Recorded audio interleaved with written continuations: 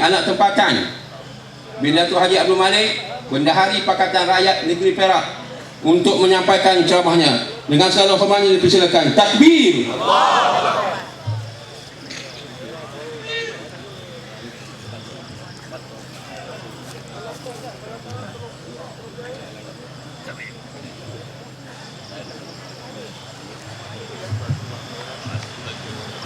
Okay.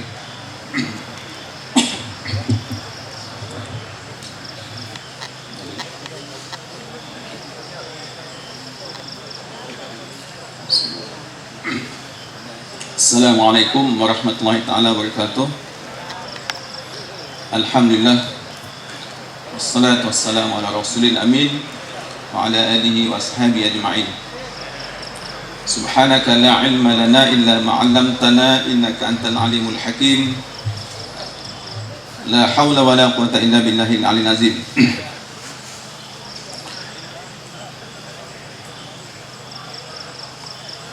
Qala Allah Ta'ala bi kitabil karim, a'udzu billahi minasyaitonir rajim. Man kana yuridu thawabad dunya fa 'inda Allahi thawabad dunya wal akhirah. Barang siapa yang ingin laba dunia, sedangkan di sisi Allah ada keuntungan dunia dan akhirat. Saudara pimpinan majlis, Ustaz Azli, yang diraikan seluruh tetamu-tetamu pimpinan yang berhormat Datuk Mahfuz Omar selaku Naib Presiden PAS, Saudara berhormat Datuk Ngei Kuham, Ahli Parlimen Beruas dan pengurusi DAP Perak, rakan lama saya Adinda Aisyah, yang sekarang dia dah pangkat besar dah. Dia dah pergi peringkat nasional, Ketua Sri Kandi PKR, saudara yang di-Pertua PAS kawasan, saudara timbalan Pertua PAS kawasan, seluruh ahli-ahli datang kuasa PAS, pimpinan PAS seluruh peringkat, rakan-rakan pimpinan PKR, rakan pimpinan DAP dan seluruh pasukan keselamatan, pegawai kerajaan, muslimin muslimat yang hadir pada malam ini. Dan tidak lupa kepada sahabat-sahabat kita daripada Kampung Jering dan seluruh estate-estate yang ada di sekeliling ini. Tuan-tuan dan puan, saya tidak akan mengambil masa untuk berucap macam Adinda Aisyah ataupun Datuk Mahfuz nanti, kerana pendekatan yang saya bawa pada hari ini adalah saya gunakan PowerPoint ini untuk memberikan sedikit pendidikan politik. Saya tidak sangat nak bawa isu, kerana kalau kita membaca buku yang ditulis oleh Dr. Yusuf Al-Qaradawi, seorang ulama besar, Ketua Majlis Ulama Sedunia, Dr. Yusuf menyebutkan tentang keperluan bagi negara seperti Malaysia ini, yang di mana gerakan-gerakan Islam seperti PAS terlibat dalam pilihan raya. Keutamaan untuk PAS, gerakan Islam seperti PAS ini adalah untuk mendidik rakyat tentang politik, erti undi yang mereka berikan. Apa maksud undi? Satu undi yang tuan-tuan pangkai itu apa maksudnya? Implikasi daripada undi itu kepada kerajaan yang dibentuk, kepada masa depan umat, kepada masa depan Islam. Ini yang saya nak tuan-tuan faham. Secara kebetulan 2 bulan lepas saya melakukan satu kajian soal selidik yang saya buat atas nama Perhubungan PAS Perak. Saya mencari lebih kurang 14 pelajar-pelajar universiti yang saya bayar untuk buat kajian di 4 parlimen. Parlimen Parit, Parlimen Pasir Salak, Parlimen Tambun dan Parlimen Gopeng, untuk melihat kepahaman masyarakat Islam khususnya tentang politik. Apa yang saya nak sebutkan, keputusannya agak sangat menyedihkan. Kebanyakan orang kita Melayu masih beranggapan politik tidak ada kaitan dengan Islam. Ini saya sebutkan, mungkin orang Aitawa tidak. Saya orang Aitawa, saya tahu mungkin Masjid Aitawa maju, Masjid Aitawa pengajian, saya fahamkan 25 pengajian sebulan. Tapi kita pergi ke kampung Golong Gajah, kampung Bakar Bata, bila kita singgah masjid, tanya Tok Imam berapa pengajian sebulan? 4 kali. Apa pasal tak mengaji? Ketua kampung tak bagi. Ada kata tak ada duit. Tanya dalam masjid ada berapa duit simpan? 50,000. 50,000 tak bayar, tak boleh bayar ustaz. Apabila tidak faham tentang Islam, mereka tidak tahu tentang politik Islam. Bila kita tanya, dia kata politik tak ada kaitan dengan Islam. Politik tidak memberikan natijah dosa pahala. Ini orang Melayu faham. So tahun depan saya hari ini nak bawa isu agama dan politik di mana anda. Kalau ini tuan-tuan faham, tak payah banyak isu, tak payah banyak ceramah. Saya rasa orang Cina, walaupun tidak mereka melihat perspektif politik dari segi Islam, tapi politik mereka memahami undi yang mereka berikan itu memberikan satu keputusan yang sangat penting tentang kerajaan yang akan dibentuk. Orang Cina hampir memahaminya seperti apa yang diminta oleh Islam. Itu sebab mereka mampu untuk membuat perubahan. Tuan-tuan, ini yang sangat penting. Kalau ini selesai, ceramah tak payah banyak pun kita boleh selesai. Orang Melayu mesti faham apa maksud politik dalam Islam. Politik dalam Islam mesti melahirkan satu gagasan bahawa politik ini sebahagian daripada Islam dan satu juzuk yang sangat penting dalam Islam. Silap cara, tuan-tuan berdosa. Betul cara, tuan-tuan akan berpahala. Tuan-tuan dan puan, apa yang saya sebutkan di sini, tuan-tuan tengok slide sana. Yang benar dalam Islam, politik itu sebahagian daripada Islam. Saya tak nak bercakap tentang pandangan agama lain kerana saya berhadapan dengan tuan-tuan 95% depan saya orang Islam. Saya nak sebut view Islam dahulu. Yang lain kita bincang cara lain. Yang benar, yang hak adalah politik itu sebahagian daripada Islam. Tuan-tuan tengok slide. Dengan pandangan begini kita menuju keredaan Allah. Islam ini adalah ciptaan Allah dan jalan bagi manusia menuju Allah. Itulah Islam. Dan politik yang dibimbing, politik yang benar adalah politik yang dibimbing dan diwarnai oleh Islam. Politik yang batil, pandangan yang batil yang saya nak sebutkan di sini adalah yang pertama sekali, Islam itu terpisah daripada politik. Ya, tuan-tuan kena duduk universiti malam ni, kerana saya tak nak berceramah sangat. Ya, maknanya tuan-tuan macam kita belajar dalam bilik kuliah. Tengok sana, jangan tengok muka saya, pasal muka saya jauh tak nampak. Tengok skrin. Yang salah prinsipnya, satu, Islam itu terpisah daripada politik. Yang ini tuan-tuan akan mencari neraka. Yang ini yang selalu Tok Guru Nik Aziz sebut selalu tu. Ini yang Ustaz Hadi sebut berpuluh tahun. Tentang politik yang dipisahkan daripada Islam, dia akan memberikan kecelakaan kepada orang Islam. Yang politik terpisah daripada Islam ini adalah politik yang tidak ada perkiraan pahala dosa. Membujur lalu melintang patah. Ada satu lagi perkiraan yang tak betul adalah persoalan Islam itu duduk dalam bakul politik. Islam itu diperalatkan untuk kepentingan politik. Ini lagi teruk. Ini masuk dalam golongan orang yang menyembah syaitan. Disebut syaitan. Apa saja dia boleh buat untuk mencapai kepentingan politik. Ini yang kumpulan terayo ni, Datuk SK, yang macam Rahim Tambici ni, ini jenis inilah. Jenis yang orang tak peduli pahala dosa, tak peduli, dia anggap Islam ini adalah benda yang sepatutnya diperalatkan untuk kepentingan politik mereka. So itu saya harap selesai kepahaman tuan-tuan tentang maksud perjuangan politik dalam Islam. Kenapa kita mesti turut serta dalam politik? Tuan-tuan, kita tanya dalam soal selidik kita, jawapan yang diberikan adalah tak mau, tak terlibat politik. Orang Melayu, sebahagian orang Melayu jawab. Sebab apa? Dia kata politik kotor. Ini satu lagi pandangan sekilar yang masuk dalam kepala orang Melayu, yang perlu diselesaikan, yang saya harap tuan-tuan faham malam ini. Tuan-tuan dan puan, kita masuk politik sebagai pemimpin atau penyokong dalam perjuangan politik adalah yang pertama sekali untuk kita mengabdikan diri kepada Allah dengan menjadi khalifahnya. Tuan-tuan faham erti khalifah? Khalifah ini macam duta. Kerajaan Malaysia hantar duta ke Amerika, dia tak boleh tahu tokek. Apa saja arahan Wisma Putra, duta Malaysia di Amerika kena sebut. Walaupun hati kecil dia peribadi tak suka, dia kena sebut. Itu pandangan kerajaan yang dia kena laksanakan. Inilah konsep khalifah. Apabila Allah sebut pada kita apa pun, setuju atau tak setuju, itulah yang kita kena bawa. Kalau tidak, kita lawan tokek. Tok Guru Najib sebut selalu, kalau orang lawan tokek ni, cari, dia kata dunia lain, cari bumi lain, duduk tempat lain. Ini Tok Guru Najib sebut. Saya selalu dengar dia sebut. Kalau tak setuju dengan Allah, dia kata cari bumi lain, tidur tempat lain. So ini. Yang keduanya, memperjuangkan hak-hak hakimiah Allah terlaksana. Segala hukum hakam yang Allah tentukan mesti dilaksanakan. Yang ketiganya memperjuangkan maqasid syariah. Saya tak nak ulang, maqasid syariah ini satu kuliah panjang 3 jam. Dari segi Melayunya sebut memperjuangkan maksud-maksud syariah itu dilaksanakan. Yang keempatnya mengangkat orang-orang bertakwa sebagai pemimpin. Yang kelima menentang kezaliman dan menghalang orang-orang yang zalim daripada berkuasa. Ini tujuan kita masuk dalam politik dan memperjuangkan politik. Itu sebab perjuangan politik dan Islam dia pahala yang besar.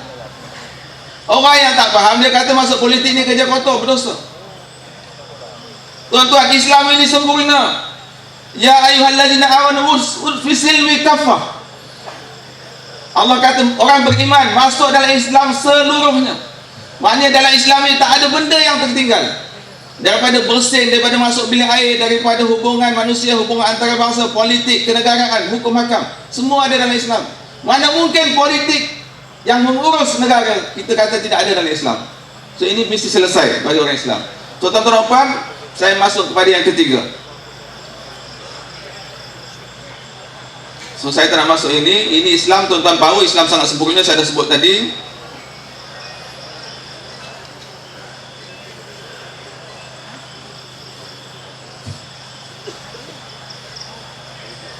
Tak maaf terpaksa ambil masa sikit. Tapi kalau saya ambil masa ni kerana tuan-tuan, kalau ini selesai, tuan-tuan boleh menyampaikan mesej ini dengan senang kepada kawan-kawan kita. Tuan-tuan dan puan, satu yang saya sebutkan tadi, kita masuk politik, menyokong perjuangan politik untuk memastikan orang-orang yang zalim tidak berkuasa. Ini yang kita sebut politik itu membawa pahala. Tuan-tuan, tengah ayat ini, saya tahu ustaz-ustaz dah baca selalu, tapi saya nak sebut.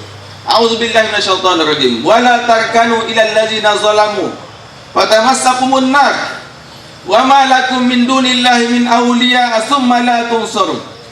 Yang bermaksud jangan kamu cenderung, jangan hati kamu rasa seronok, rasa teringin nak bantu orang-orang zalim yang menyebabkan kamu nanti disentuh. Ada tafsir sebut, ada terjemahan sebut disambar api neraka.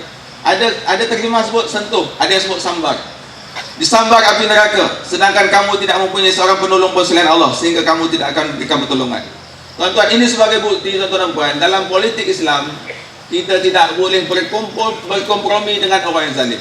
Tak boleh tolong, tak boleh simpati, cenderung hati pun tak boleh.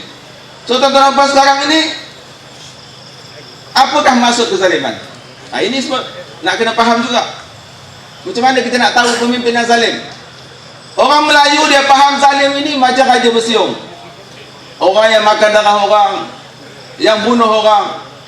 Saya nak bagi definisi kezaliman ikut Al-Quran. Agama, Quran, kitab yang tuan-tuan pegang. Kalau Quran ini makna kalam Allah, bukan kata saya. Kata Allah yang sangat benar, qat'i. Saya mendefinisikan kezaliman ini dalam ceramah ini mengikut apa yang Allah sebut. Pertama, kezaliman itu syirik kepada Allah. Yang kedua, kezaliman itu tidak melaksanakan hukum hakam Allah. Yang ketiga, kezaliman itu maksud surah Al-Ma'idah ayat 51. Barang siapa di antara kamu orang beriman yang menjadikan mereka golongan Yahudi dan Nasara teman setia, maka sesungguhnya dia termasuk golongan mereka. Sesungguhnya Allah tidak memberi petunjuk pada orang zalim. Yang keempat, ada definisi lain yang saya tak nak masukkan kerana masa terhad. Maksud kezaliman dalam Islam adalah orang-orang yang menghalang orang lain daripada jalan Allah dan ingin menjadikannya bengkok terpesong. Mereka itulah yang mengingkari hidup akhirat. Tuan-tuan, ramai pengurusi-pengurusi masjid tergolong dalam kumpulan ini. Ramai pengurusi masjid yang menghalang dakwah di masjid, menghalang ceramah, menghalang kuliah. Orang yang menghalang tersebarnya dakwah Islam adalah orang zalim. Itu saya sebut tadi, tuan-tuan kena faham maksud zalim dalam Islam. So tuan-tuan, kita dah faham syirik pada Allah, bersekongkol dengan Yahudi Nasara untuk menjangkamkan Islam, tidak melaksanakan hukum hakam Allah, menghalang dakwah Islam adalah 4 kriteria kezaliman yang Allah sebut dalam Quran. So tuan-tuan tengok, tuan-tuan boleh ukur sendiri dengan kepahaman kezaliman dalam perspektif Quran. Tuan-tuan tidak boleh langsung bersekongkol dengan kumpulan-kumpulan ini. Kalau tuan-tuan bersekongkol, bermakna tuan-tuan menempah tiket untuk masuk neraka. Saya tahu ramai orang tidak suka bercakap tentang politik yang masuk neraka syurga. Tapi tuan-tuan dan puan, inilah Islam. Kalau tak sebut soal syurga neraka, nak sebut soal apa? So tuan-tuan, kita tengok apa maksud kezaliman saya sedang sebutkan tadi. Ini ayat-ayatnya, tuan-tuan dah baca tadi, saya sebut. Saya tak nak ulang, saya lajukan. Tengok slide saja, ya. Datuk Mahfuz minta maaf, ya. Masa sikit pasal ini benda yang sangat prinsip fundamental yang tuan-tuan kena tahu. Okey. Saya dah sebut tadi tujuan berpolitik, menyokong program politik untuk mengangkat orang bertakwa ke persada kepimpinan. Untuk jadi Perdana Menteri orang bertakwa. Orang untuk menjadi menteri besar orang bertakwa. Jadi ketua kampung pun untuk bertakwa. Ketua masjid, pengurusi masjid lagi bertakwa. Dan menghalang orang-orang zalim daripada memimpin. Saya dah sebut tadi apa kriteria kezaliman dalam Quran. Kalau itu sudah tuan-tuan faham, cuba tuan-tuan relatekan. Tuan-tuan kait dengan kepimpinan yang ada sekarang ini, sama ada mereka zalim atau tidak. Itu yang saya kata senang kalau tuan-tuan faham. Mari kita mengukur pemimpin UMNO menurut neraca Quran.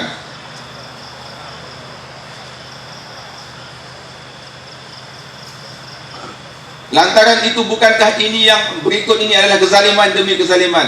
Yang pertama sekali, kita masih tak selesai, masih menyembah tugu negara. Tiap-tiap tahun pergi. With due respect to Dato' Ngeh, this is again Islamic. So you have your own, we have your own. I'm talking to 99% Malays. Dalam Islam tak boleh kita pergi lagi nak tembah suku, nak ubuh apa, nak berdoa ke, nak ubuh bunga ke, tak boleh. UMNO tak boleh selesaikan ini dah berpuluh tahun. Menghormati tugu negara, meraihkan perayaan agama-agama lain, pergilah macam-macam. Orang pasang lilin, kita pasang lilin. Orang pergi menjunjung macam-macam kita nak buat. Semua benda orang lain kita nak buat. Ini kriteria yang penting saya sebutkan tadi. Kezaliman itu sudah disebut dalam Quran tentang tidak boleh mengangkat orang Yahudi sebagai teman setia. Saya menjangkakan 2 tahun yang lepas, apabila isu APCO ini datang ke Malaysia, kerajaan Malaysia bayar 78 juta ringgit sebagai yuran kepada APCO, syarikat Yahudi yang lembaga pengarahnya jeneral-jeneral bekas duta-duta Israel yang hebat-hebat, bekas Mossad. Kerajaan Malaysia Najib bayar 78 juta setahun kepada Yahudi untuk menasihat, menjadi penasihat kerajaan Malaysia. Saya rasa orang Melayu semua akan bangun menjatuhkan UMNO Barisan Nasional, tapi tidak berlaku. Itu saya sebut tadi, kerana mereka tidak faham maksud kezaliman. Bersetia dengan Yahudi, itu adalah kezaliman yang sangat besar. Yang tuan-tuan kalau setuju tak tentang, tuan-tuan terlibat dengan kezaliman, tuan-tuan terlibat menyokong kemungkaran besar ini, tuan-tuan menempah tiket untuk masuk neraka. Minta maaf saya cakap. Ini Quran. Saya bawa hujah Quran, bukan hujah kepala saya.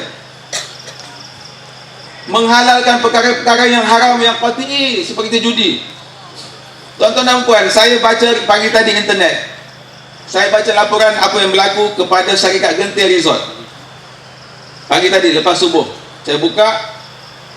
Tuan-tuan tahu, tahun lepas syarikat Genting Resort, syarikat perjudian terbesar di Asia yang diluluskan oleh UMNO di Genting Highland itu, membuat keuntungan 653 juta pada tahun 2009. 653 juta untung judi, syarikat judi tahun 2009. Tahun 2010 dia meningkat keuntungan sampai 1.6 bilion. Daripada 600 juta naik untung 1.6 bilion. Sekarang Malaysia sudah menjadi jago judi, buka kasino di Singapura. Syarikat judi Genting ini akan buka kasino di Miami. Sampai orang Amerika pun nak ajak Malaysia, syarikat Malaysia buka judi di Amerika. Punya hebatnya Malaysia tuan-tuan dalam judi ini.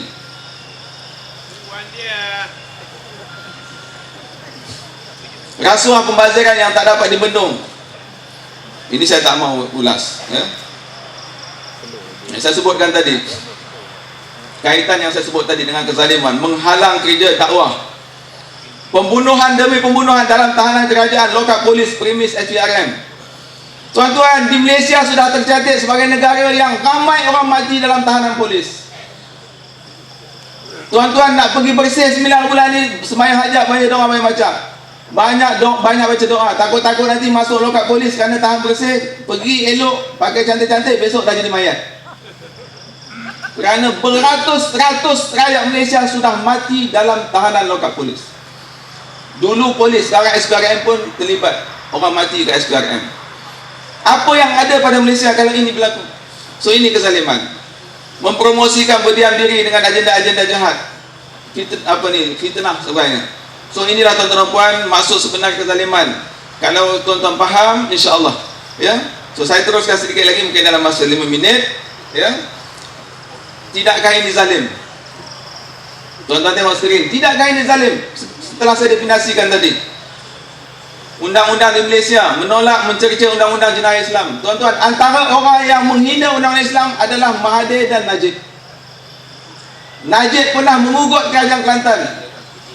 Kamu kalau buat undang-undang Islam di Kelantan, kalau berlaku huru-hara, kamu bertanggungjawab. Najib pernah sebut, dan dia tidak pernah menarik ucapannya sampai sekarang.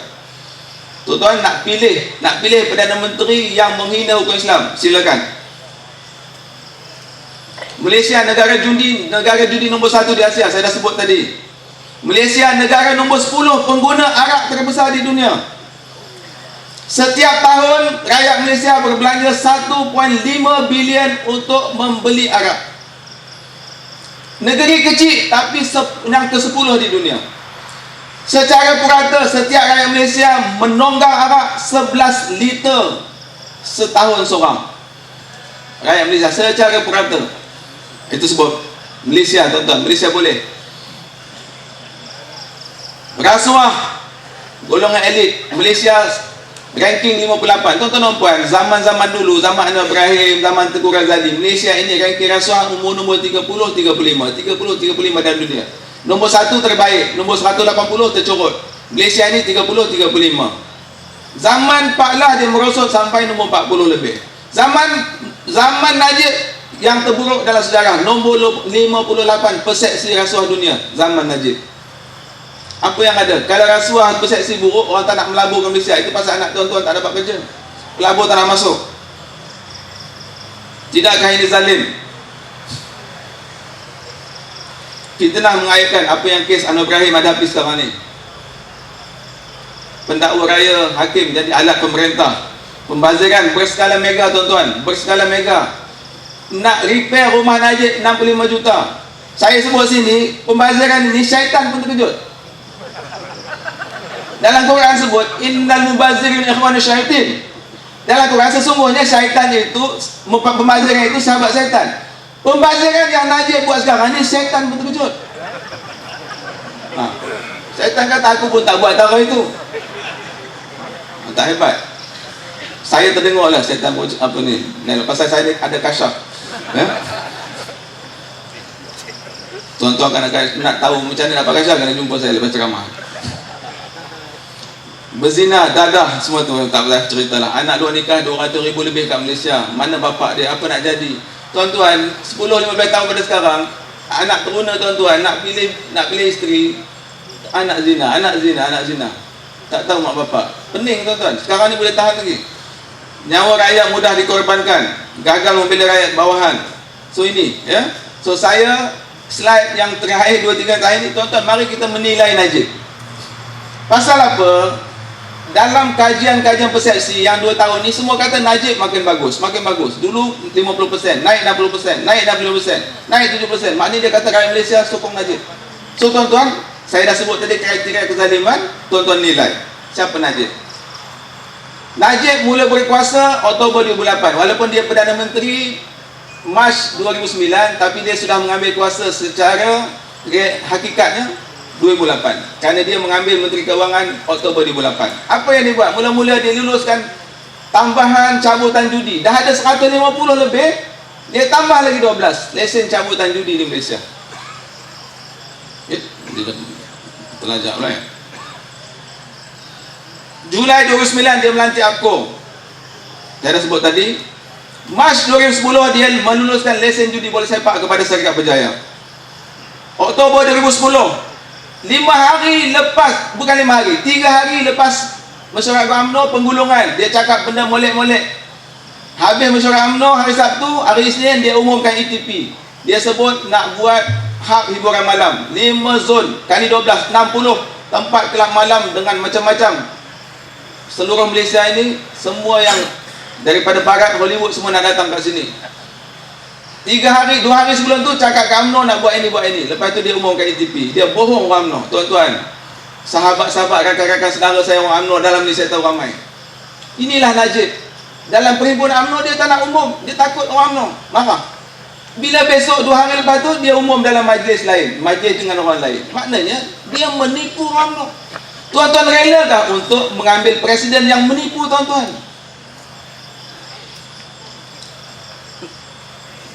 Okey, tak payahlah cerita seks-seks tu sangat. Adinda Aisyah dah sebut tadi dah. So, persoalan saya tu gambar saya lah. Ya. Mesti saya lebih kurang 3 minit saja. Sekadar nak bertanya. Sekadar nak bertanya, Islam Hadari masih ada ke dah tak ada ni? Islam Hadari ni duduk hospital ke dah masuk alam barzah? Kalau dalam hospital kita boleh dengar, kita ziarah sakit lagi, apa lagi kan? Bagi ubat lagi, saya doktor datang nak bagi ubat apa lagi boleh tolong. Tapi saya tak dengar dah. 3 tahun ni dan TV tak dengar perkataan. Jamil pun tak sebut. Semua ustaz-ustaz UMNO tak sebut. Saya rasa dah mati. Saya nak bertanya, adakah Islam ini mati dalam masa 5 tahun? Islam ini daripada azali sampai kiamat. Islam UMNO 5 tahun dah mati. Tuan-tuan boleh bayangkan apa UMNO? PAS Beruas ada ke siapkan apa ni, borang masuk PAS ni malam ni? Ada? Pasal kami ahli UMNO nak masuk PAS ni malam ni, lepas dengan ceramah ni. Itu masalah Datuk, dia orang ni tak berapa cekap. Kawan-kawan soal UMNO ni nak kena pejabat. Tak apa, besok pergi pejabat PAS Beruas. Koma-koma lagi cekap. Mari kita menilai Najib prestasi ekonomi. Tuan-tuan dan puan, betulkah Najib hebat?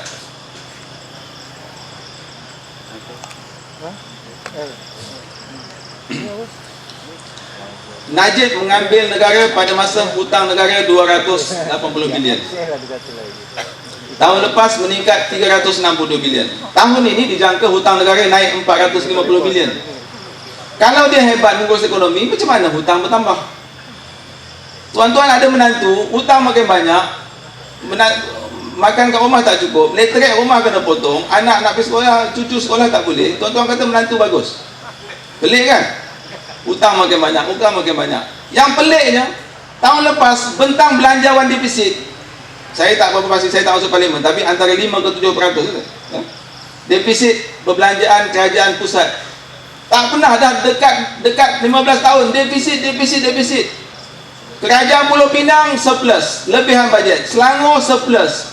Kelantan, Kedah makin mengecil defisit. Kerajaan pusat makin teruk.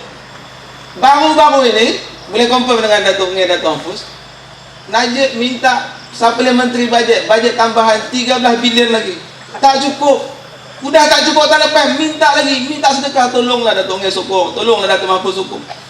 Tak cukup duit. Apa jenis pemerintahan ni? Kemudian yang saya baca dalam artikel Tengku Razali, dia membuktikan apa dia kata Perdana Menteri Malaysia sekarang sudah memusatkan kuasa. Centralized power, semua nak ambil pada dia. Tuan-tuan bayangkan, selama-lamanya zaman Tun Razak, zaman Hussein On, zaman Mahathir pun, Mahathir walau teruk pun Mahathir, Jabatan Perdana Menteri tidak pernah mempunyai bajet lebih 5 bilion setahun. Sampai pada Najib, peruntukan JPN naik 18 bilion. Peruntukan Jabatan Perdana Menteri 18 bilion setahun. Untuk apa dia ni? Antaranya untuk Rosmah. Tak payah. Kita tahu. Selatan itu banyaklah cerita-cerita tu. Hotel Dubai 100,000 semalam, macam-macam. Ya. Tapi nak menunjukkan pemusatan kuasa. Tuan-tuan cari di dunia ini, syarikat kerajaan macam Petronas tahun lepas untung 90 bilion. Petronas hanya perlu melaporkan prestasi ekonominya pada Najib sahaja. Tidak kepada kabinet, tidak kepada agung, tidak kepada parlimen, tidak kepada rakyat. Najib tengok cukup. Dan Najib boleh sebut guna duit untuk ini. Itu pasal Petronas walaupun dah untung beratus bilion, tapi tidak menunjukkan apa-apa yang boleh dibanggakan. Kerana Najib Mahathir dah perah duit ini. Untung Petronas, Perda berhutang, pelaburan mereka, rumah suai, rumah Najib, itu semua benda yang tuan-tuan kata 65 juta tak bercerita lah, bilion boleh sapu. Ya?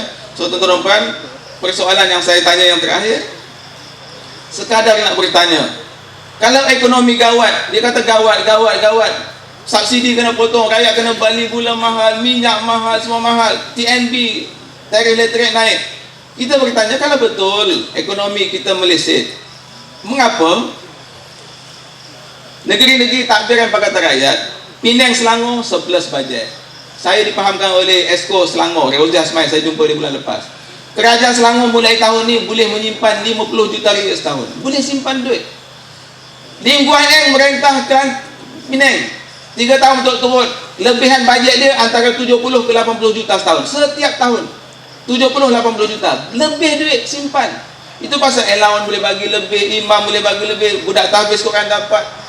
Peruntukan Jabatan Kawin Islam selama-lama UMNO merintah 12 juta, datang Lim Guan Eng naik sampai 24 juta. Orang kata dia anti Islam, saya tak tahu macam mana. Yang mesra Islam macam mana macam UMNO. So tahun depan ini persoalannya. So tahun depan saya, inilah kesimpulan saya nak bawa. Anda rela korbankan masa depan akhirat anda untuk perjuangan yang tidak berbaloi. Anda rela memusuhi Allah dan Rasul demi perjuangan kabur yang menolak agama. Anda setuju menjadi calon neraka, tuan-tuan? Saya tahu ramai orang tak suka ini benda-benda macam ni, tapi saya terpaksa sebut. Kerana saya berceramah di kampung saya, saya tak mahu orang kampung saya memilih UMNO untuk mencari dosa. So tuan-tuan, saya akhiri ucapan saya ini. Saya tengah tulis buku, insya-Allah buku saya siap dalam masa 2 bulan. Kalau boleh sebelum pilihan raya, ini tajuk buku dia. Sokong Islam, anda selamat. Sokong kezaliman, anda khianat. Itu tajuk buku saya. Kalau dah keluar masuk, Pak Burhan tolong jual banyak. InsyaAllah saya boleh bagi pada tabung pilihan raya, pada tabung. Atau Ngeh boleh menang di Parlimen Beruas. Aisyah boleh menang. Nak balik ke Perak ke tanding? Kita bagi dia Ipoh Barat. So, terima kasih Pak Dul. Saya minta maaf atas masa yang diberikan. Saya mengharapkan tuan-tuan faham apa mesej yang saya nak bawa. Dan saya ucapkan terima kasih kepada pimpinan Datuk Mahfuz, pada Adinda Aisyah yang sudi datang ke Beruas. Terima kasih. Wabillahi taufik. Assalamualaikum warahmatullahi wabarakatuh. Takbir.